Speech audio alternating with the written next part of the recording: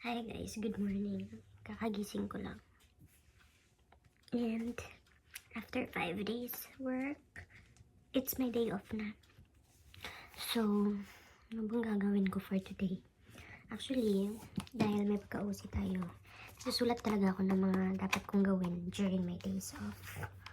Okay, so ititik ko na yung mga nagawa ko kagabi before mag-day off. Siyempre, after shift, di ba may time. So, ititik ko na. Okay, hindi pa ako nakapag-clean. Okay, nakapag-chat. Okay. Wash clothes. Dalawa pa lang. Still have a lot of things to do. Okay. So, ngayon, samahan niyo ako. Anong gagawin ko during my day off? Let's go! Alright guys, actually, loft type itong apartment ko. And, hindi kasi ako nagigising ng maaga kapag nasa taas ako natutulog. Pag may work ganyan, dito ako sa baba natutulog. Kasi nagigising ako sa kalabog ng mga, gising ng mga kapitbahay, ganun. So yeah, magliligpit muna tayo, ang kalat-kalat ko. Kalat-kalat pa ng bed. Pero mag-house tour tayo in the next videos. Ang pangit-pangit, grabe. Sobrang nakakapagod. Siyempre, nag-a-adjust pa lang kami sa work sa hospital. Ayan. Diyan yung taas. Yung futon ko. Okay. Liligpit muna tayo. Tingnan nyo. Kalat ko. And of course, tapos na tayong maglaba kagabi. Tingnan yung sampayan ko. Parang nasa probinsya. Malamig ngayon. Ay, ba't ko sinarado? Kiligpit muna.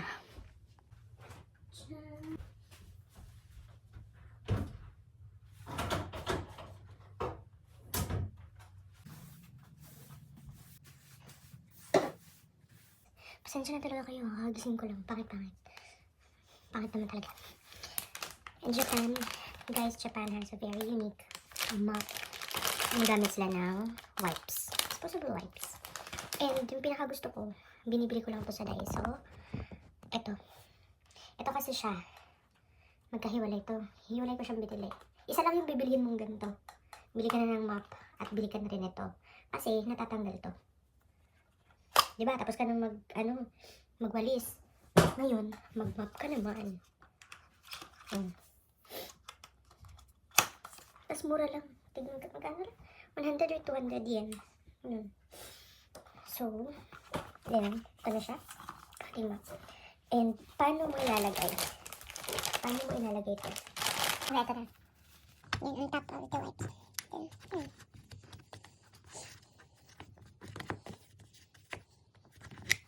Ito.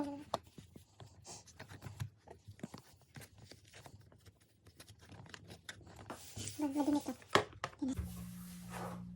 Alright guys, so we're done cleaning. Mabilis lang naman maglinis. Kasi ako lang naman mag-isa. Ay mamaya pala magkuskus ako ng CR. But we're done dito sa living room. And sa kwarto naman sa taas.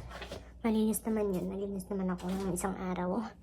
Saan wala din laman yun sa taas. Kasi dito ako sa baba natutulog during work. Straight 5 days kasi yung trabaho ko. Walang laman yun dun. Stress na naman ako. Kasi nag-a-adjust pa lang. And then, so we'll have to cook. Let's cook. Bayad ako ng, how much was this? 1,200 yen for a 1.5 kilograms of brown rice. Sobrang pricey. Tapos wala pang sahod, diba? Ay, nako. We just have to deal with it. Because we have no choice. After nito, magkukuskus ako ng CR, maligo, and then let's go out. So I have to review. I'm reviewing something. So guys, we're just gonna start the rice cooker. Alright. 45 minutes siyang mag-cook. And, let's see what happens. So guys, tapos na ako. maligo and magbihis. And then naluto na yung rice with ulam. Tingnan natin kung ano nangyari.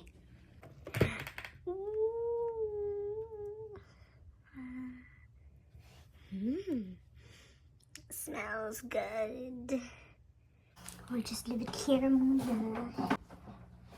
Kasi punta tayong labas. Dun sa may parang park. So, I can study. Lagay tayo ng cream kasi sobrang nakaka-dry ang winter. Facial cream pa to sa ano eh. Sa hotel na pinagstayan namin. Siyempre kumuha ko. Right mo naman yan. We stayed there for 2 nights. And then, ito lang. Hindi ako nag-makeup or what. Hindi na ako ano lang. Lip gloss lang. Kasi, point ng pagpapaganda. Ha? Okay. Doon ako sa may door, magbabrush ng hair. Because I have lots of falling hair. Tinatamad talaga ako. Tamad tayo for today's video. So, I can't ayoko mag-dry ng hair. Magka-cut tayo. Magbabucket hat. Ayan. Bahala na sila. Kaya, anong sabihin ng mga, talaga ang Pinoy. Laging naliligo. Char. Parang, actually, naligo lang din ako ngayon para din ako maligo bukas. Ganun lang. Kasi guys, wala pang 5, dumidilim na. So yeah, I'll have to wrap it up. Guys, sa day off lang ako nakapaglagay ng perfume. Kasi bawal sa hospital mag-perfume. Pero may naaamoy naman ako ng perfume na mga hapon. Rationales. May mga pasyente na matindi ang allergy sa matinding amoy, ganun. Pero flowery lang itong ko. Flowery itong pabango ko. So where is we're gonna go? I'm excited to spend time with you guys outside in my favorite place here. Hindi, hindi naman favorite. Ayan, siguro favorite. Nadadaanan kasi namin every time we go to work. Maganda. I mean, maganda siyang tambayan. Let's go. Oh, nga pala guys, before I forget, kailangan natin mag-take ng vitamins. Kasi dun sa hospital namin, sa ward lang namin ha, like, sa kay Fuki lang, 13 COVID patients na. We have to take extra caution.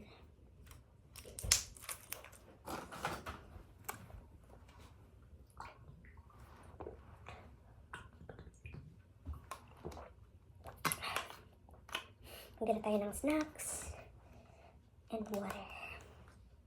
Right, so we're gonna look for snacks. Snacks dito. Puro gulay, ulam. Ayan, this. Get a candy and then chips. Let's go. Let's go. Let's change into shoes.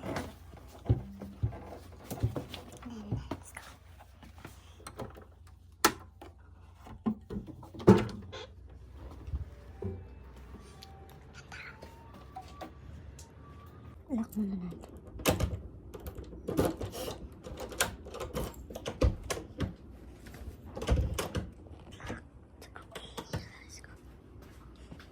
Kasi ito nakita ako guys. Let's check the mailbox. Open. 16.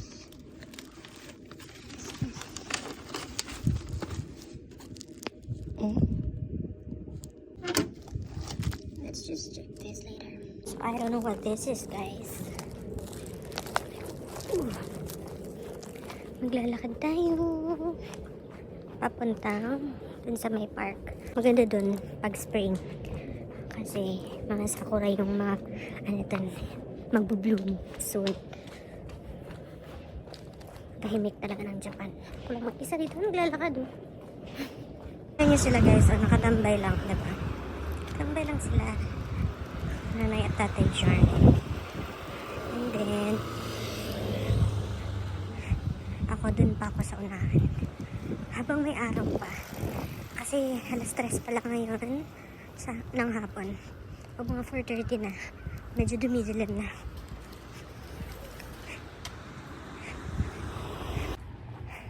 Medyo malayo-layo pa yung lalakarin. Hindi naman sobrang layo. 6 minutes. Hindi ko nakapag-mask. Ang kate. Dito kami guys. Nakakita kami ng tanuki, ng raccoon. Nung pauwi kami from work. Nakakatakot. Tapos gabi pa naman yun. 2 raccoon. Naghahabulan. Sobrang cold. And then wala akong gloves. So guys, we're here sa ating favorite spot. Dito lang. Dito lang. Naligo ako for this. Diba? Dito lang. Eh, di ko pala mauusog.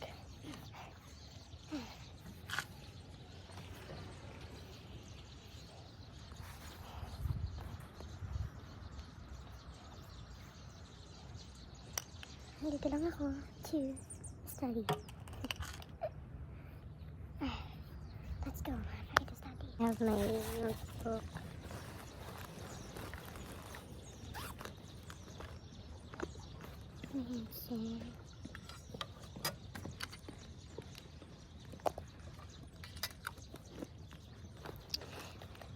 My pens. Where are my pens? Magpipiknik kita. I have my pens. I have an apple, a pen. Right, I'm gonna set this one up.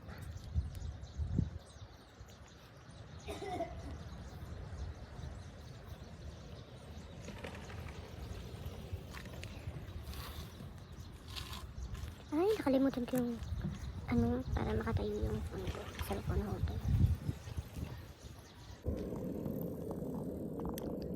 Let's go.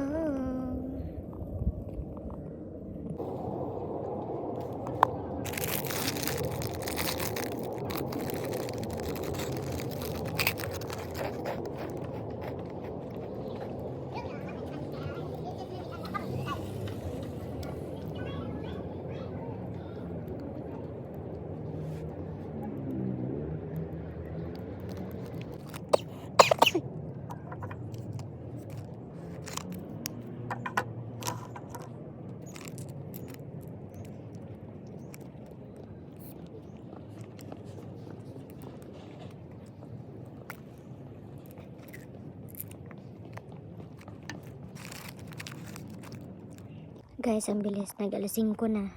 And it's super cold. It's super cold na. Hindi ko na kaya. I have to move. Hindi ko alam kung uuwi ako or maglalakad-lakad.